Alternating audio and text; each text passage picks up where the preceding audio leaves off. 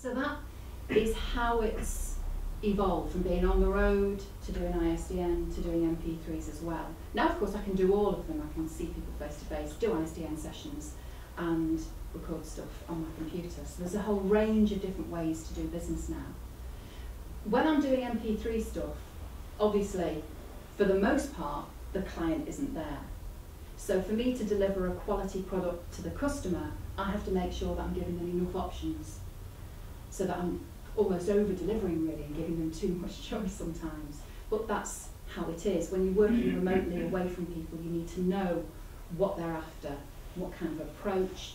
So there's a lot of issues around pronunciations of place names as well, which can be tricky. That's the big problem. But with Skype, I can hook up with a customer overseas. My Dutch has improved, no end.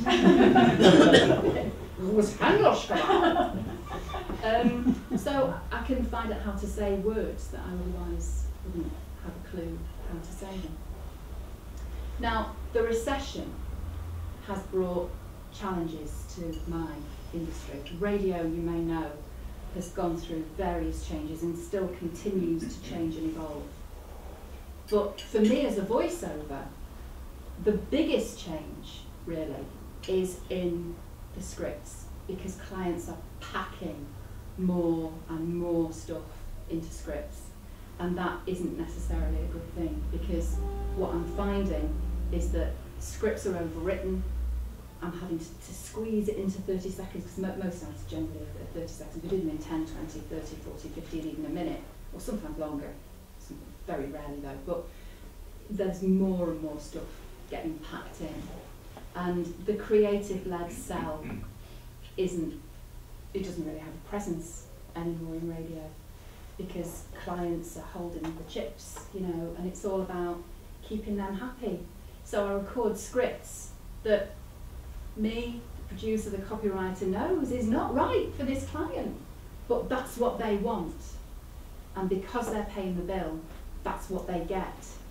And it's really a shame, because I've seen how we've regressed in the industry. The style of stuff that I'm voicing now is the kind of tenor of commercial that I was recording 13, 15, even longer years ago. And it's really gone back. I mean, when you listen to the style of radio commercials as well, and television commercials, the style of delivery has changed over the years, and that's another key area where I've had to adapt.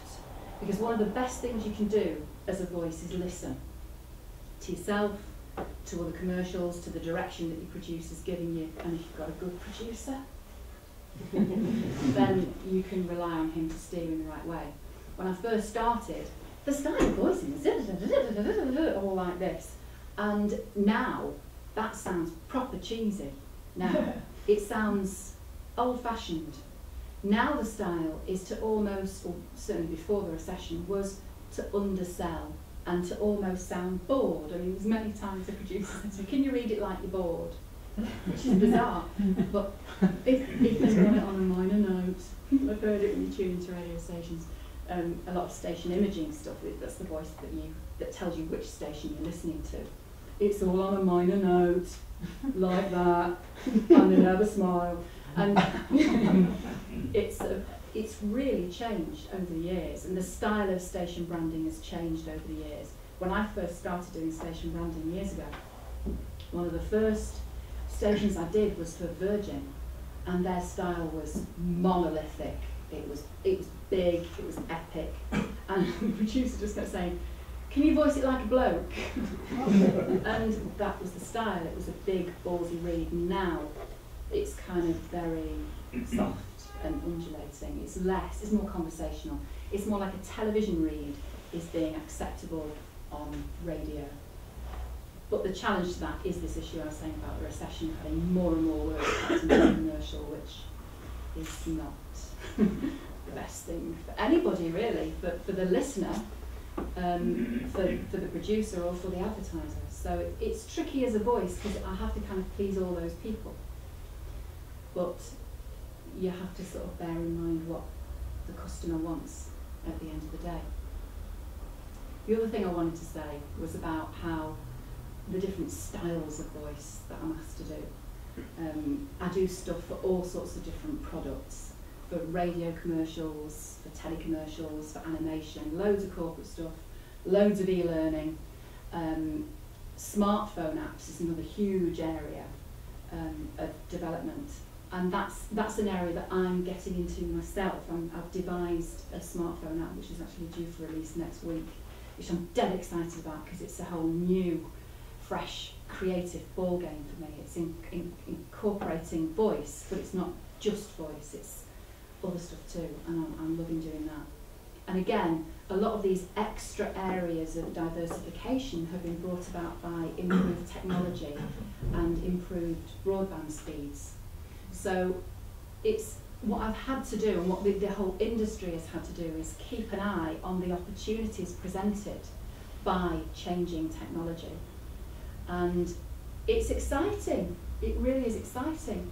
We're in a transitional period at the moment, I think. I mean, the radio industry is shifting about like you wouldn't believe.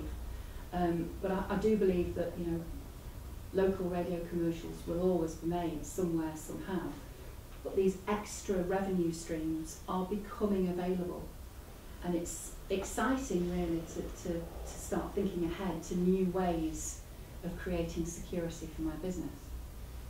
That said, though, there are challenges in this recession, real challenges. And my accountant came this week to do my quarter end. And what we noticed when we were looking at the figures is that my net profit growth is more or less the same as it was last year. It's pretty flat. Whereas my turnover has increased. And what that means is that I'm working harder for less money because prices are being squeezed and squeezed and squeezed.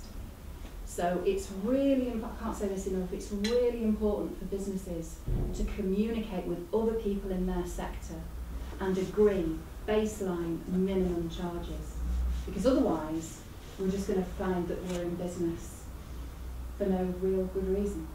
And it's really important that people collaborate. And this is where, for me as a voice, equity is so important, because each year we agree a rate card for the scripts that we do for independent local radio, and it's so important that we do that, and it's so important for other sectors to not necessarily unionise, but certainly agree a consensus as to how you're going to charge, because otherwise it's all just going to get squeezed.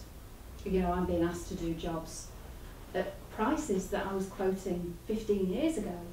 And it's the same across the industry, and it's really important that everybody sticks together and doesn't start competing aggressively on price, because otherwise that's going to be the end of it, really. The other thing I just wanted to say quickly before we take some questions is that this is my normal voice now here. I was born and raised in Sale, but nobody really wants my normal voice. Almost never for radio commercials, unless it's the chlamydia awareness,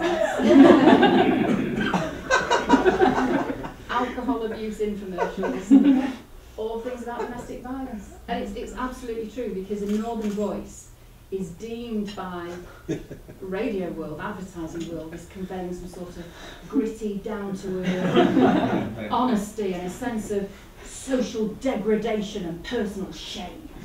So you'll never hear me using this voice for my work. And I've doggedly hung on to my own natural voice.